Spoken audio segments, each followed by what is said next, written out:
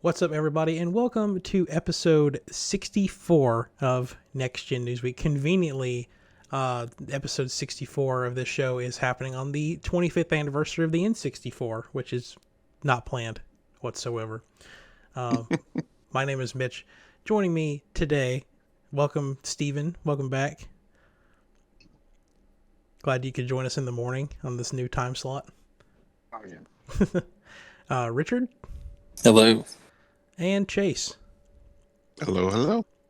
And I will apologize to anyone watching the video version of this because it looks like there is some video issues. Everybody kind of like starts stuttering a little bit, so just bear with us because the internet's weird.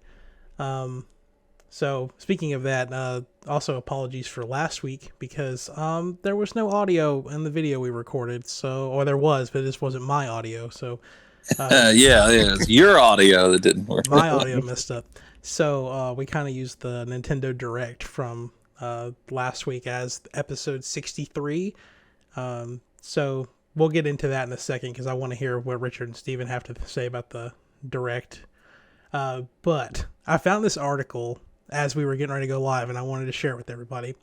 Do y'all remember the Super Mario Brothers movie that came out in 1993? Oh, yeah. Of course. So this article from Insider.com says Super Mario superfans have catapulted the cult classic 1993 Super Mario Brothers movie to the #1 spot on Amazon sales charts, even though it's a terrible movie. And I love it. I love it. It's actually outselling Fast and Furious 9. That's crazy. That's crazy, and I love it. I love it so much. Yeah. Okay, well, that being said, I do want to also catch up with everybody on what games we're playing. Chase, you were telling me at work about this game called Fist. I think it's called Fist. You want to talk about Fist any bit? Yeah, so yeah, it's a really, really awesome like 2.5D Metroidvania game.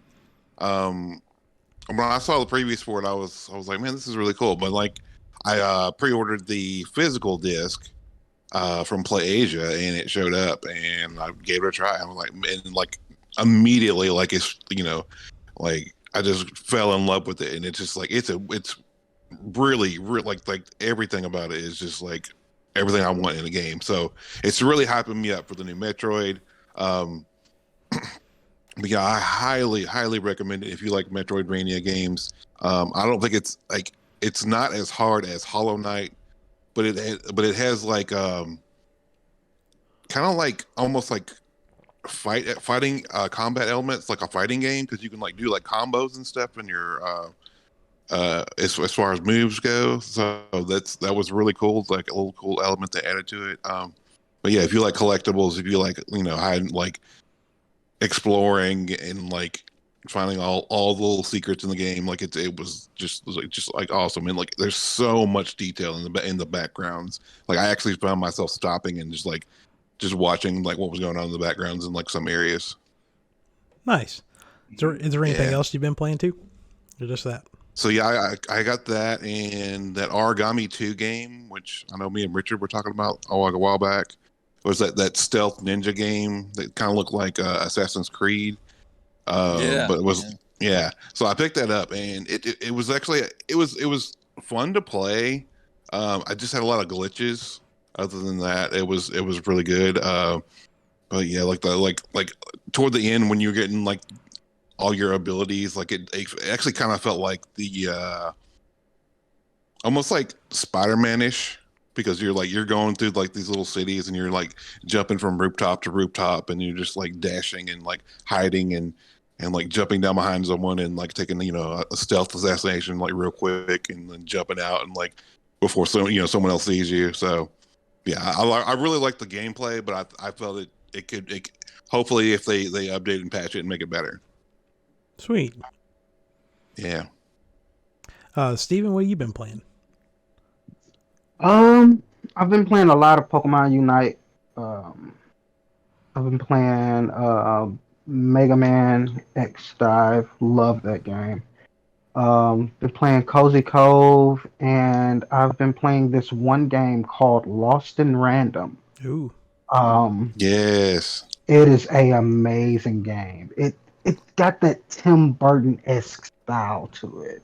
Mm-hmm. The storyline is great so far. It's like a dystopian world to where I guess you could kind of compare it to Hunger Games as far as how everything's factioned off. Um, but if I'm not mistaken, it's like every year, uh, the queen has like the power of this die, um, and she goes to the first area where they're called oneers, and they're like the lowest of the low. Um, and she'll have the kids roll um, the die when they're 12 years old, and depending on where the die goes, depends on where they go.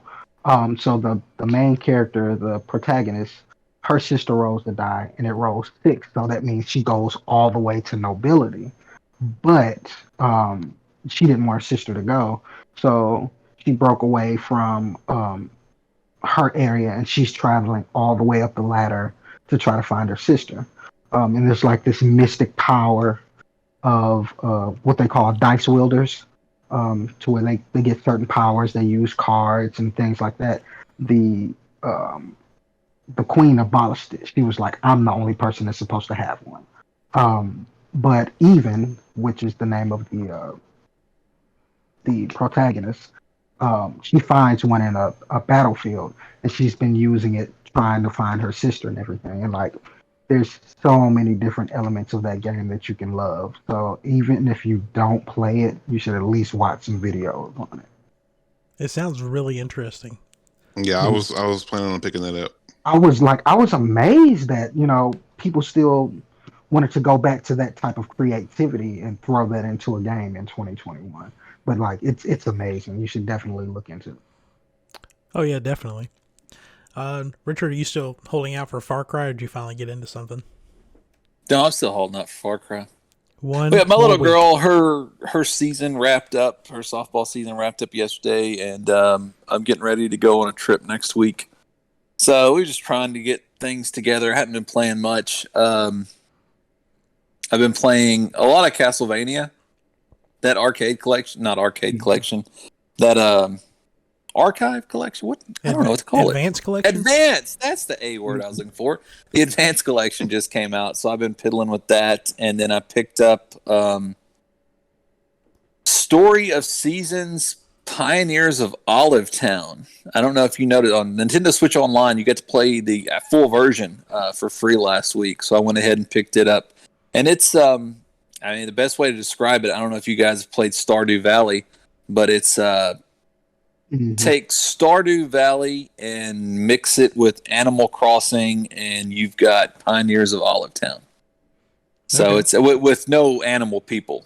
They're real little cute Japanese style chibi people and stuff like that. But it's got all the aspects that Stardew Valley had, and also all the aspects that Animal Crossing have, and it's a good kind of merging of those two games. So yeah, I've been playing that, and a lot of Castlevania. Not just the Advanced Collection. I've been playing like classic Castlevania, and I don't know. It's that time of year, man. We're going into October. It's fall, Castlevania season. So Yeah. Yeah. Mhm. Well, still waiting for Far Cry 6 though. Yeah. speaking of that, I got the Castlevania Anniversary Collection for $5 on the Switch eShop.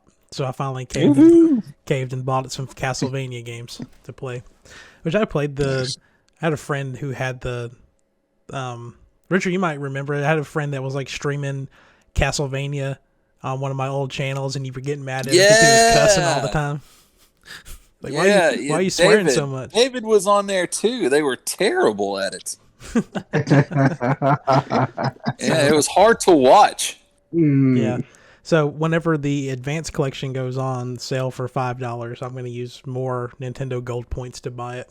So it's great.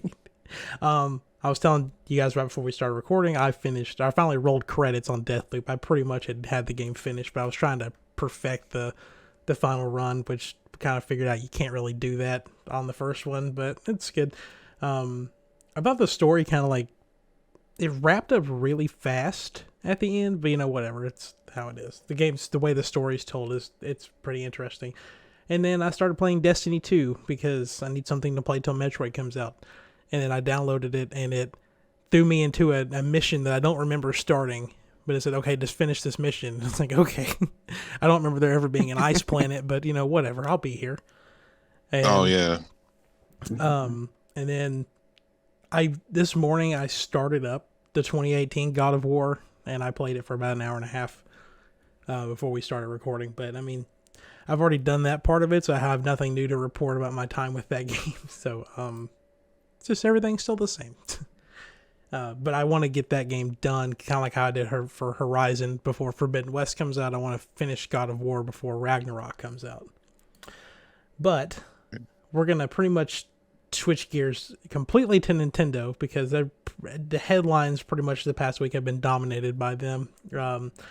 Mostly because of the Nintendo Direct, but there's been some other stuff that's come out. So I want to hear from Steven and Richard first, but I kind of just want to hear your initial impressions from the Nintendo Direct that happened last week.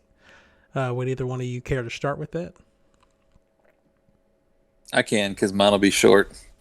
I didn't watch it. I don't like Nintendo. But that being said, some of the highlights that I saw, I think we had, oh no, we didn't talk about it. I think that was part of the podcast we lost, where we had talked about what we thought was going to happen with like the Nintendo 64 and all. Yeah, that was part of the lost stuff. I got to wait and see. I know it's going to be a separate service. I don't know how much more it's going to be. There's some good titles at launch and apparently good titles on the way. But, with the way the other systems that they've emulated on the Switch with that online service is, we'll get this and it'll be awesome when it first starts, but then they'll not add anything else to it that's going to be worth the damn. It's going to be, stuff that we've never heard of. So, it may be worth it just to play through Ocarina of Time again, because like I said, it's been a while since I've done that.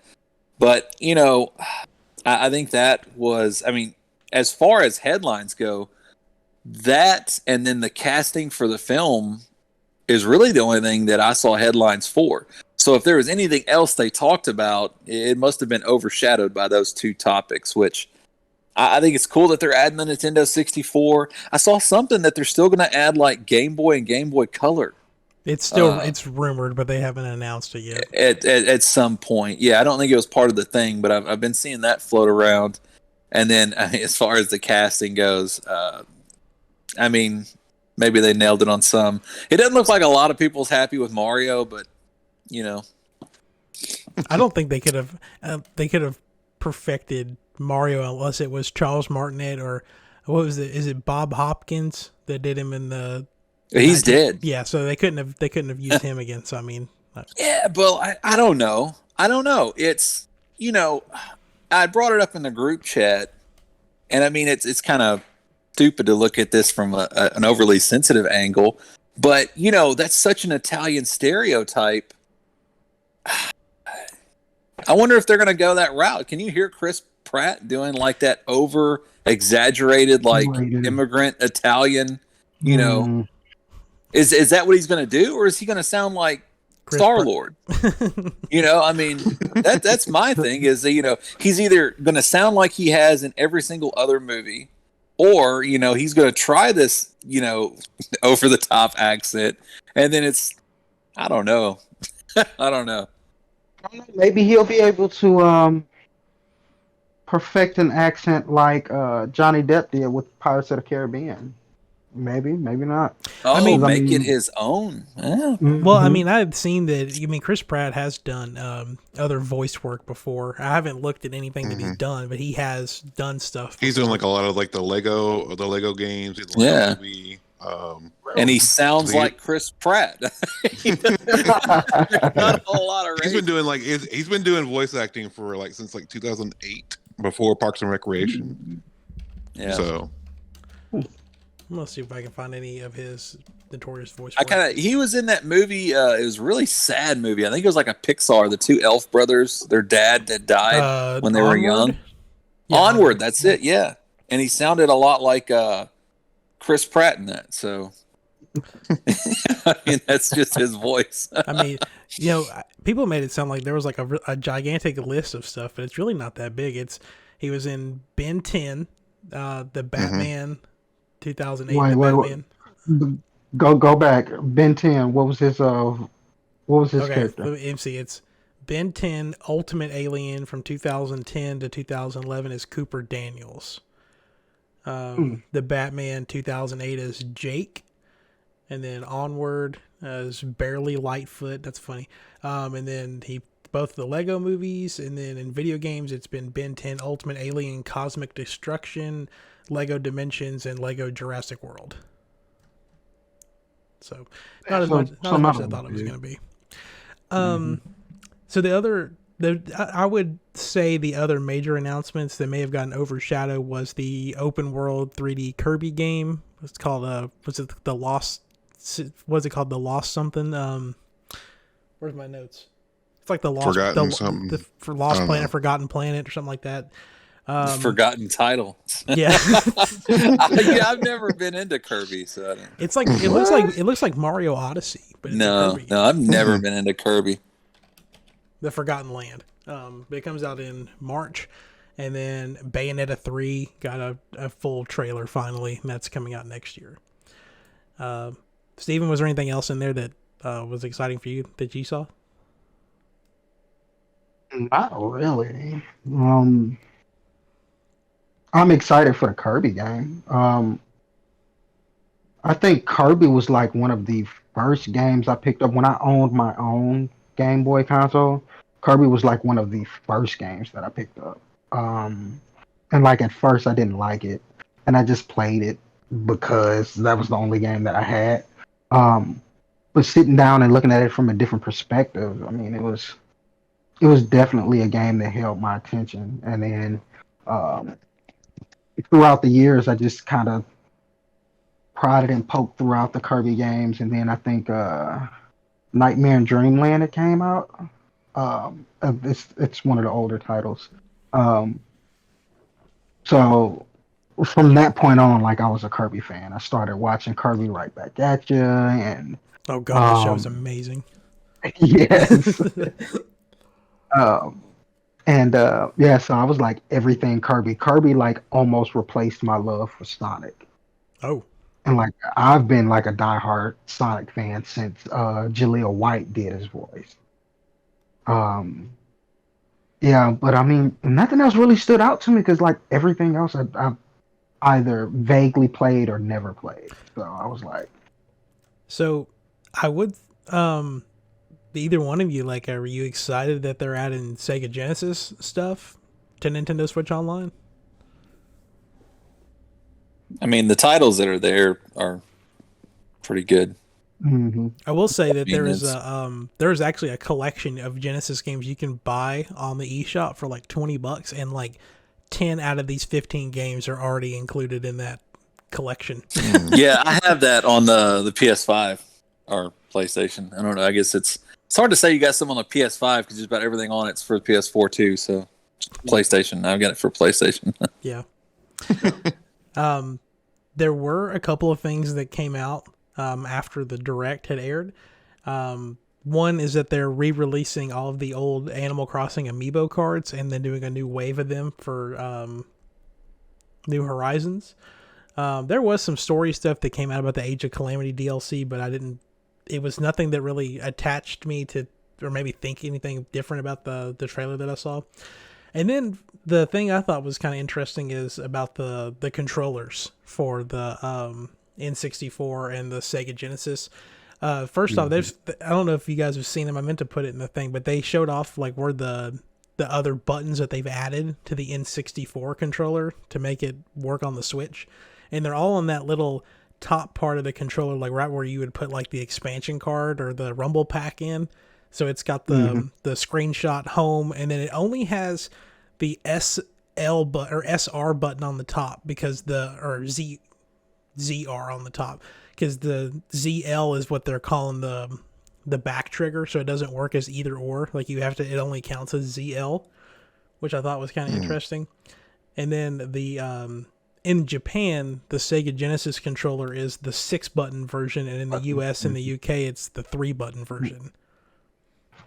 I like the 3-button version, only because I mean, growing up in Detroit, that's all we could really get at the time. It was like standard issue. That's what you got with Sega Genesis back then. Um, and I mean, the learning curve on using a 3-button is not all that hard. When you were playing Street Fighter, um, it had the start button on it, and uh, I think virtually you couldn't pause a fight in Street Fighter on the Sega Genesis, only because the start button uh, switched from kick to punch, switched your buttons from kicking to punching. Um, and like I said, the learning curve wasn't all that hard. I mean, it's not that big of a loss to have the 3-button controller compared to the 6-button controller. Um, and then there was a lot of games back then that had multiple tapping functions to where you just had to tap, button mash um, to get things done in the games. Um, and my cousins, them, they had the turbo controllers and they used it, and it was kind of like a cheat. So I was like, I've never been that type of person who liked cheating or having um, day one advantages over people as far as gaming anyway. So I'm fine with the 3-button. I don't see what the big deal is. I'm just trying to figure out what are the buttons the same on both of them, or are they? Yeah, yeah, they're essentially Oh, the okay, I see same. it. So yeah, ABC starting from left to right with a 3-button, and then there's X, Y, and Z. ABC. According Yeah, to this, X, it's Y, X, and Y, and Z. Z. Okay, Yeah. interesting. Um, so I guess real quick, are any of you planning on picking up one of these new controllers that they're adding? No. No. I thought I about getting the am. N64 one just to keep it in a box and put it on the shelf, because when they stop selling them, I could, it's a collector's item. Yeah, yeah, for the sake of the N64 controller. But as far as like the Sega one, I am going to use it until the circuit's fry. It's just a nostalgic reason for me. So Yeah. If you, for anyone who's interested, there's this company called Castlemania, and they make more standard gamepad controllers for the N64, and I'm pretty sure that they announced that they were going to be making ones that are compatible with the Switch. So it'll just be like a wireless controller, but the buttons are set out like the N64 controller, except instead of having like the three prong thing, it's like a traditional gamepad with like kind of set up kind of like a GameCube controller, but instead of having the second stick, it just has the C buttons going down the side of it. And they actually have them in all the different like atomic colors that like the N64 controllers would come in. So you can get like a red, purple, blue, all them. And they're really not that so expensive. I think it's like $30 maybe. so do they make USB controllers for the retro controllers? Yeah, they do.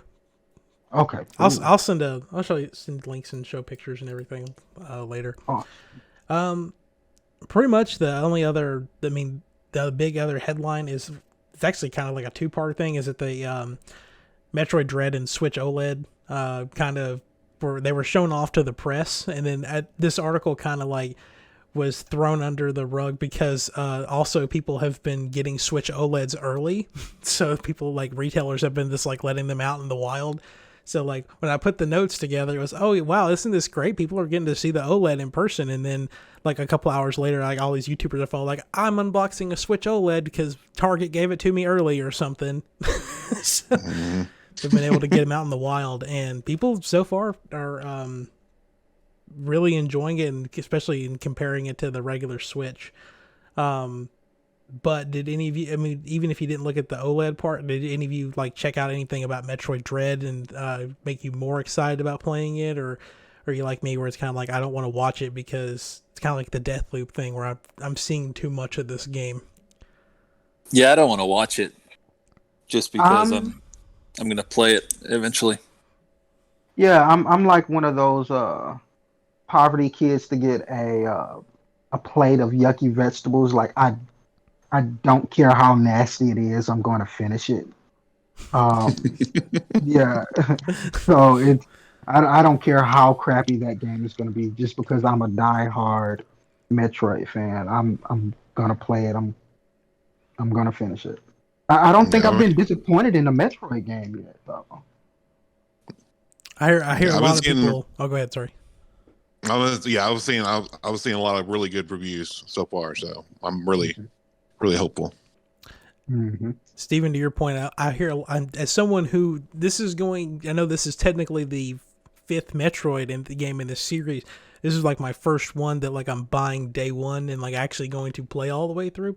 But what people have been saying is that Other M is kind of like the the game that nobody likes to talk about because it's not good, I guess, in the Yeah. main Metroid thing. So Oh yeah. can't wait to not play that one. I, I think every game franchise. Well, then again, that may be a bit biased, but I think every game franchise has that one game that nobody wants to talk about. Yeah, but a lot of people are saying this is as good or very comparable to Super Metroid. So hopefully, I think that it's pretty well received game. So hopefully everybody really enjoys it. But that comes out. That's next week, isn't it? Isn't it now next week Hmm. for the OLED and Mhm. the Mhm. thing? I think so. My pre-orders for the Switch OLED are showing that it's getting delivered technically the day before it's supposed to release. So that's kind of exciting. Yeah. The thing that showed up at my house the other day was not the. I think that's what we were talking about. I was like, I think I have something coming from GameStop today. It wasn't the Switch OLED. It was those yellow Joy Cons. I forgot that I had ordered. And then just last little headline, real quick. Not that I think it really matters to any of us, but they are releasing the Marvel's Avengers game on Game Pass, so you can play that now if you don't want to spend money on it. And that's definitely the way I would handle that, because apparently it is not the best game to want to spend money on. Um, I decided to look up some of the reviews after reading the article, and I mean, it is essentially the toilet of Marvel gaming, because Ooh, there was a lot of shit talked about that game. Richard, you played it, right? I like it, but I Yeah, I picked it often up for feel weird I picked about it up for things. So $20. I was I about to haven't say, I played it mean, yet. I wouldn't put it up there. I mean, it's not like the best ever, but I mean, I also wouldn't. I mean, I think there's worse stuff out there. Hmm. It definitely is, just based off of the little bit that I saw. There's definitely worse games out there. There's no reason for it to be trash talk the way it is. I can't give um, a liable review of it because I've only seen bits and pieces and everything. But from what I've saw, it's not as bad as everybody's making it out to be. It has a really weird like interface, almost like I don't want to say it's like a not like a it's got a weird online game style like thing to it with events and stuff like that. I don't know that kind of feels weird with the type of game it is, but I mean it is what it is. Mhm. the real question is, do you think that Midnight Suns is going to be better than this, or Oh is it, yeah, even though yeah, it's a turn-based card game or however that's described? I would think so. Yeah. So I don't know. I'm really excited for Midnight Suns. That trailer that I have playing with the Inner Sandman thing on the displays at work, like every time I get that song comes on, I'm like, man, I just want to play this game. I have that thing on loop, like every 20 minutes, so I get to hear Inner Sandman at work. It's great. So that's going to bring us to our kind of our discussion thing this week. We kind of talked about this a little bit last week. Of course, the audio was corrupted. Sorry. But this is the September 26th. So that's what, 3 days ago. Was the 25th anniversary of the Nintendo 64. Oh, we lost Richard. Nope. What happened? Well, he gave it his all. He gave it his all. Richard, are you good?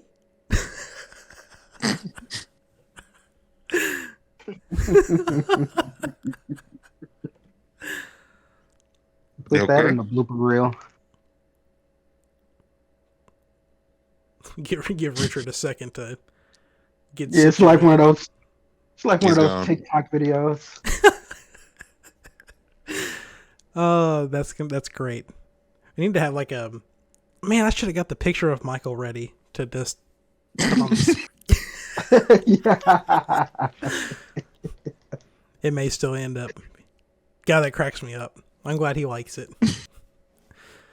Anyway, so while we're waiting for Richard to come back, pretty much this is what I was getting at. Is that this is the 25th anniversary of the Nintendo 64. Came out September 26, 1996. I was 1 year old, coming close to being two, whenever it came out. But it was also my first gaming console I ever owned by myself. Mhm. So, but that being said, though, I kind of wanted to just kind of reminisce, look back on some of our favorite memories from the N64. Favorite games, anything like maybe you. I know one of the things I remember was first time I was playing Ocarina of Time. I had to get help from one of the kids I went to school with. One of the playground discussions about how to get through the water temple, Mhm. something like that. Because that water temple definitely was like the biggest hurdle of my elementary school days. So anyway, Steven, do you have anything, any memories, N64, any favorite games you Oh, want to talk about? I could talk about the 64 for days, Me too. but we're gonna talk about the very first game that I played on there, and it was Mega Man Legends. The absolute shit show. I didn't like the game at all. Um, but it's just because of how much I hated that game is why I have the fondest memories of it. Um, the strife and controls were wonky, and um, I just didn't understand it. Um, so I traded it for Killer Instinct Gold, Oh, and my cousin was like, "Well, I'm done playing Mega Man. Can I get Killer Instinct back?" And of course, I gave him. Uh oh. I gave him Killer Instinct back after beating that a couple of times. And we jumped into Mario Kart and Mario Party. And I mean, it was the pawn shops at the time. They were selling like the Nintendo 64 games, even though what they were priced 40, $50 back then. mm-hmm. Um, I could go to a pawn shop at any given time, and they've got 50, 60 different uh, cassettes, cartridges up there. Some of them were the same, but $5 each. I got $5 a week for allowance, so I made it a point to buy a game, beat it, sell it back to the pawn shop for a couple of dollars, go get another game, and like it was revolutionary to me at the time. I just loved it. There isn't too many games on there that I did not like. Yeah, Looking back at it now, because like I still have my 64 now. I actually have two of them. I have a neon green one and I have an orange one. Um, No Mercy. I mean, I could go on about it. I'm not, but I could go on and on about it. I mean, it was that time of my life to where um, pulling all nighters with your family and friends was a thing. Um, Unlimited minutes after 9 o'clock on cell phones. Like I'm telling on myself a little here, but like it was just a nostalgic time. Like everything was right with the world when the N64 was around, and I think for sure it will be at least in my top three of my all-time favorite consoles. And that may be stretching it for some people, but that's just my personal opinion. no, I totally agree with you. It's definitely up there. Um, Chase, what you got? Any good memories? So yeah, no, I remember playing the N64. But like I don't remember like a lot of games that I played. I think I was switching from 64 to PlayStation around that time. But yeah, I do remember playing Mario Kart, Donkey. I love Donkey Kong 64. That was one. That was Mhm. probably my favorite game. Conquer. I remember buying that game from. We were at I was at with my mom, and we were like at some kind of like bargain shop, and they had like a bin of these Conquer games for on sale for like really really cheap. And I was like, I convinced her to buy it for me, and like she didn't know what it was, you know. And so Using that yeah, whole, so I don't know what the she ESRB is. yeah, so she had no idea what she was getting into with that. So, but no, I love that game, and I never had Ocarina of Time as a kid. But I did have a Majora's Mask, and I love Majora's Mask. But like, I actually recently went back through and played Ocarina of Time, and I was like, man, I don't really like this one as much as Majora's Mask. That's just personally. But other than that, I remember I had Quake 2 for 64, but and then there was probably like a handful of other games, but there was not as many as PlayStation games. Yeah. See, like I said, my first system was N64. I think I was 4 or 5 whenever I actually got it. And I think I've mentioned this on the show before. I actually learned how to read because of Mario 64. And between the game itself and the guidebook, my mom would get not mad, but like just irritated that I was having to constantly like ask her how to read stuff to me in the guidebook because I couldn't read it. So she said, "Why don't you learn how to read it?" So that's what I did. I mean, and for the longest time, like the only thing I owned for was I had Mario 64 and I had Pokemon Stadium 2. Those were like the only games I had for the longest time. And of course, I didn't know like about the Game Boy expansion card for the N64. I didn't know about the RAM cartridge for playing like Donkey Kong and Majora's Mask and everything. So later on in life, when I found out that there was a card where I could plug my Game Boy games, my Game Boy Color Pokemon games into Pokemon Stadium and actually get all my Pokemon in there, I was the happiest guy alive. But Yes. I remember one year for Christmas, my grandmother, so I think I always go back and thank her for getting me into Banjo-Kazooie because she got me Banjo-Tooie for Christmas one year, not knowing what it was. And so I actually played Banjo-Tooie before I went back and played Banjo-Kazooie, which, of course, is one of my favorite games of all time.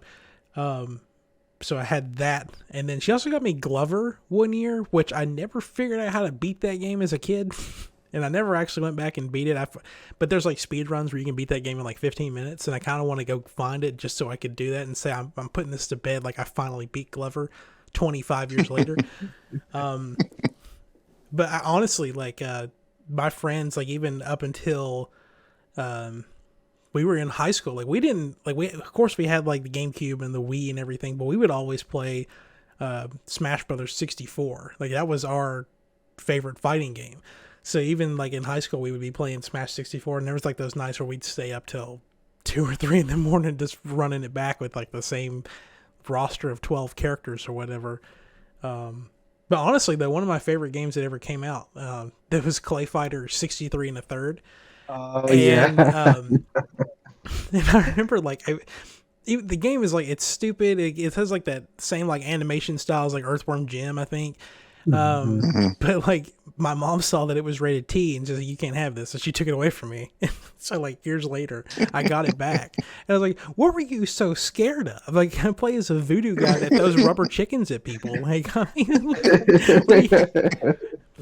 kids these days are tricking their parents into buying Grand Theft Auto 5. Like, I just, Not even tricking them into it. Like, can I have Grand Theft Auto 5? Yeah, sure. Here you go. yeah. Yeah.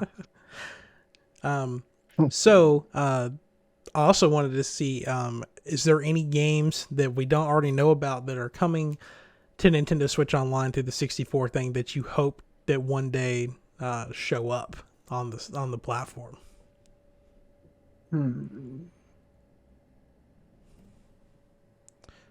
As far as wait, say that one more time. I think I may have misheard you. I was just saying, like, are there any N64 games that we don't know about that are currently coming that are not currently coming to Nintendo Switch Online that you would like to see show up at some point? Like, if you could pick like one or two that we don't already know about.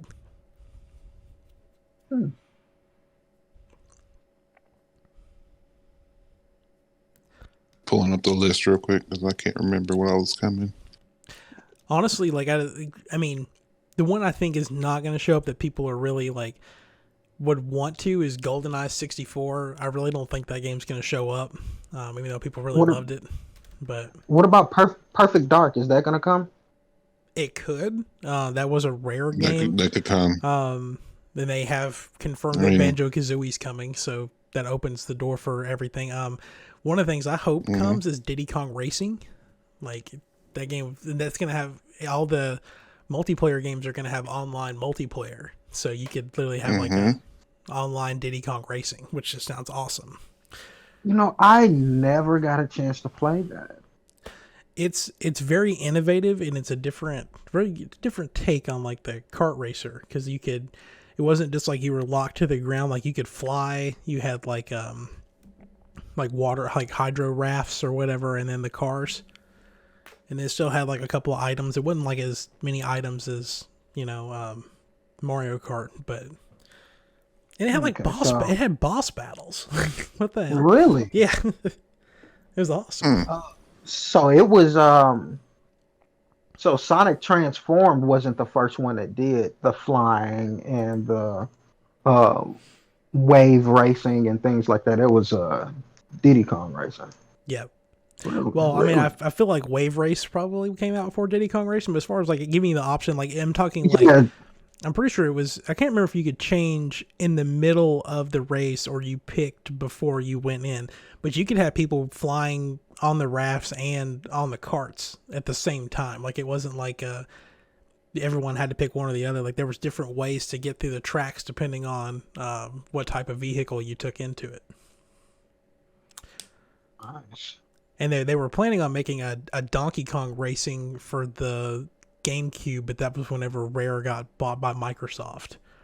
So they had to cancel it. Nintendo didn't come up with it. Chase, did you find anything? Not that I can remember.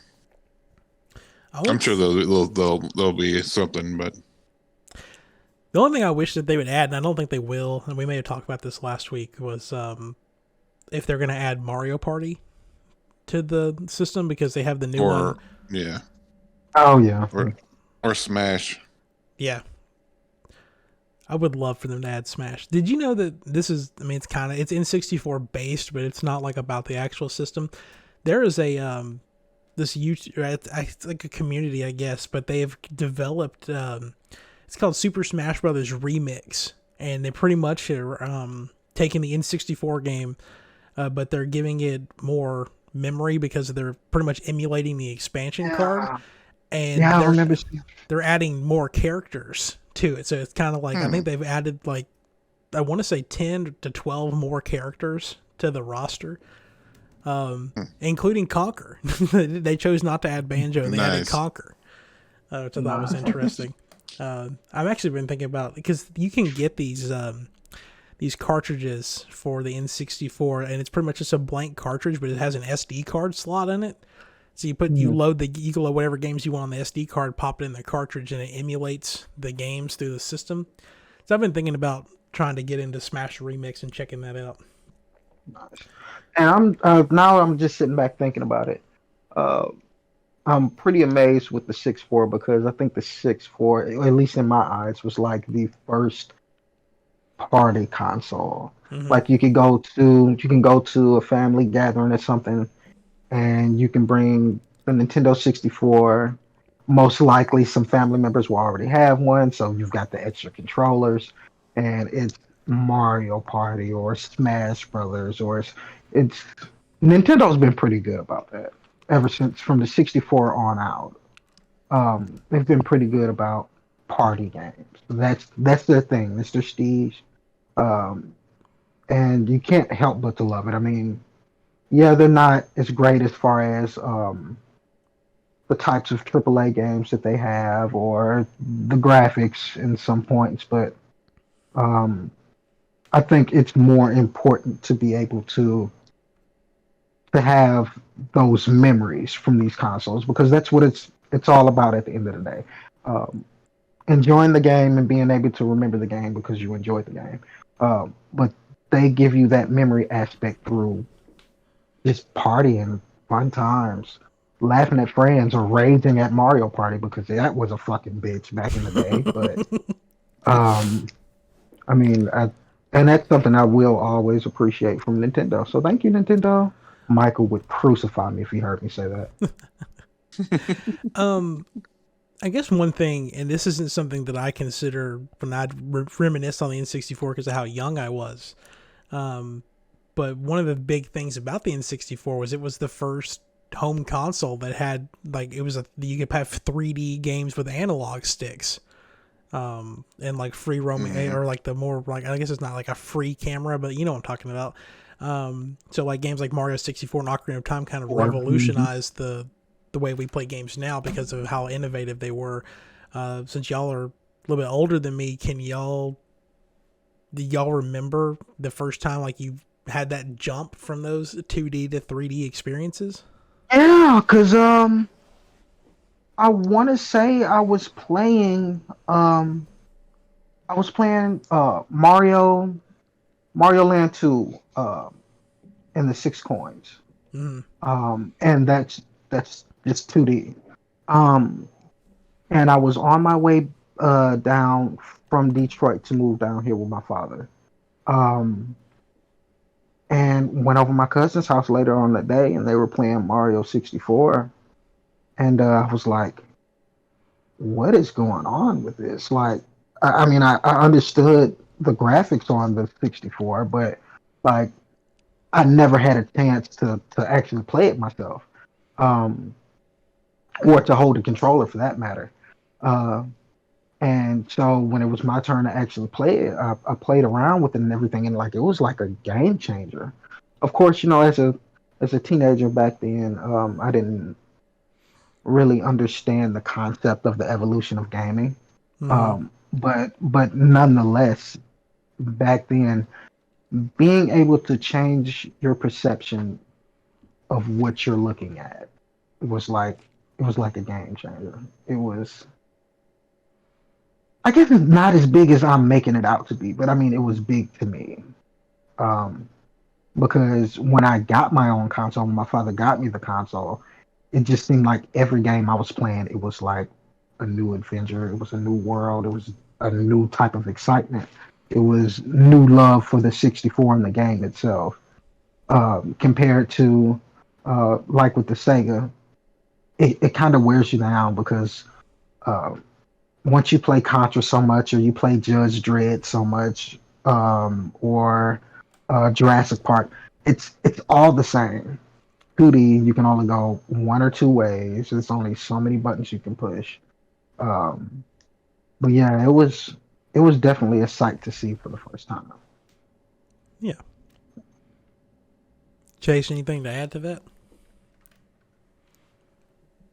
I just remember watching commercials as a kid, and I was like, oh my gosh, this is so cool. And then when you're finally your hands on with it, it's such a changer because I mean you're playing Super Mario World and everything's 2 dimensional, and then all of a sudden you're actually in the world. It was a big jump. So yeah, it was really cool. Awesome. All right. Well, we are coming up on that hour mark, so I want to make sure we get time to get trivia in. Also, Richard sends his apologies. His phone has not turned back on since it fell off the tripod. So just Oh my don't goodness. know what happened. Richard's getting a phone upgrade today. He didn't know it. Yeah. So, I do want to, like I said, I want to squeeze trivia in real quick. So the score I have is Richard is in the lead with 16 points. Yikes. Chase, you and Steven are tied for 9 points. And Michael is still holding second place, even though he hadn't been here in a month and a half, with 13 points. So, but y'all are coming up on it. So, and hope maybe able to close the gap a little bit today. I don't think this one is as hard as they have been occasionally. Like the one from last week, I felt like after I said it, I was like, man, this is kind of difficult. Steven, it's not for points, but do you know what Konami franchise was eventually turned into Yu-Gi-Oh cards? Wait, say that again? This is not the trivia question for this week. It was the one from last week. I was just curious if you knew it. Do you know what Konami N64 franchise was eventually turned into Yu-Gi-Oh cards? No clue. Do tell me though. It's the which is another great game. Hopefully comes to the Switch Online. The Mystical Ninja starring Goemon. Like all the main Oh, characters really? from that were turned into Yu-Gi-Oh cards. But anyway, the trivia question for this week: which of these N64 games was the cause of a legal dispute because children were getting injured using the control stick while playing the game, and resulted in Nintendo sending out gloves to everyone who asked for them? Was it the original Mario Party, NFL Blitz, Mario Kart 64, or Super Smash Brothers?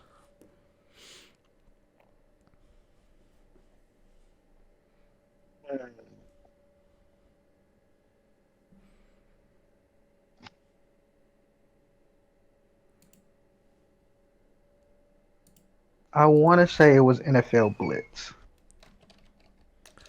All right. Chase, what do you think? I'm going with Mario Party. So the correct answer is Mario Party 64. Really? I was trying to find the article I had earlier pulled up, but I think it was this one right here. It was talking about how these kids,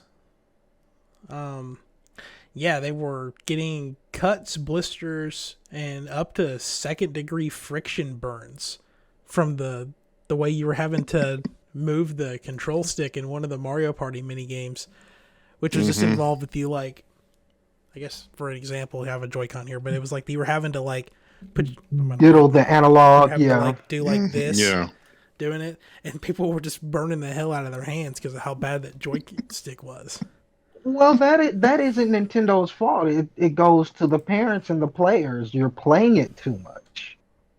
Yeah. It's just self-preservation at this point. Yeah. But, I mean, So, Chase, you were inching closer to Richard's lead, which was not that big until Michael offered him a double point or something. Whatever happened that day, like tried to yeah, and gave him a point. and he ran with it. He did. He sure did.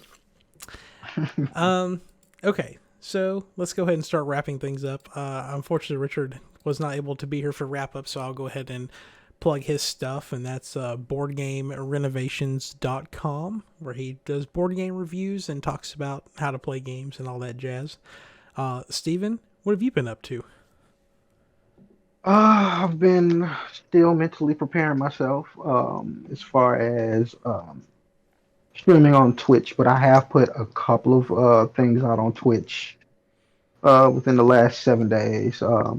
Couple of matches on Pokemon Unite, and also I cleared a couple of quests on RuneScape. I just wanted to take it way back, but my schedule's freed up just a tiny bit more, and that's what I was waiting on. So I'm planning on finding me like a few games that I'm absolutely in love with and streaming on Twitch. I'll be doing for sure Unite and Genshin tonight. Be like a segue, and I'll switch between games. And I've been working on some music too. It's been kind of slow going. I've been doing some things with a couple other SoundCloud artists and music producers. And I can't say anything as far as who they are and when it will release because I don't have permission for that yet. But just be on the lookout. I guess I've been a bit greedy on wanting to upload the clips of the song, only because I don't have that subscription plan to where you can update a song to the full version of it and still retain the views. The views will be reset, so I've been kind of iffy on that. But I think I'm gonna just go ahead and just drop some clips for people to listen to if they've been waiting. But you can find me on Twitch, The Break. It's THABREAKZ. And you can find me on SoundCloud, Breaker Beats 2020. Nice. Jace, I ask you every week and you always tell me no. But do you have anything to plug? Well, we were talking about it. I may be doing or game reviews on the channel at some point. Because I play a lot of video games, so I may be doing that at some point. But yeah, that's the only thing I have at the moment. Yeah. Nice. I I was think looking I forward think to you that. should go. Yeah, I think you should go for it. You can be the next sequelitis, and trust me, that is a big deal. Yeah, Nice. it's definitely when I especially with the Deathloop review, I did kind of find it challenging to create a review, and it may just be the way I play games and depending on the game itself, but especially with like these very like narrative driven games, trying to take notes and trying to put out a review relatively shortly after the game comes out. Obviously, we can't put it out beforehand because we don't get review copies or anything. Mhm. But trying to get it out as close to release as possible means that you are literally like having to just stay up all night playing this game, losing sleep over it. It can be a lot depending on the game itself. But if it's something you're interested in, you're already spending a lot of time playing games, I definitely would recommend it because it is a lot of fun putting those reviews together, though. So, Yeah. um, especially with me because I'm so like I try to take my time playing it. Like I feel like it actually helps me stay on track to get through it. Mhm. Before I started streaming The Last of Us 2 for Steven's enjoyment, I was like the first opening hours of the game, I was like, I'm gonna write a review for The Last of Us 2, and not realizing how long that game was. I was like, oh my god, this is not the one to start with. Like, choose your battles, Mitch. Choose your battles. So Mhm. Definitely, what I definitely. so we did the Skyward Sword review that actually has done really well on the channel.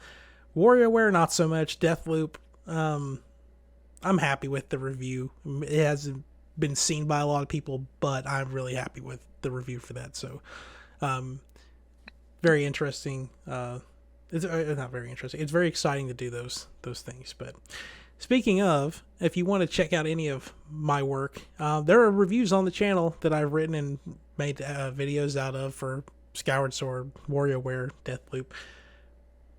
There's going to be I'm not really doing a lot of stuff at the moment, but as soon as the Switch OLED comes out, there's a lot of stuff I'm going to be doing for that. So I already got like a list of videos. I got to start recording stuff probably today for like comparisons and stuff like that. So a lot of stuff going on. Maybe I'll get my Switch OLED early. We'll see. But that being said, thanks for tuning into episode 64 of Next Gen Newsweek, and we'll be back next week with more news.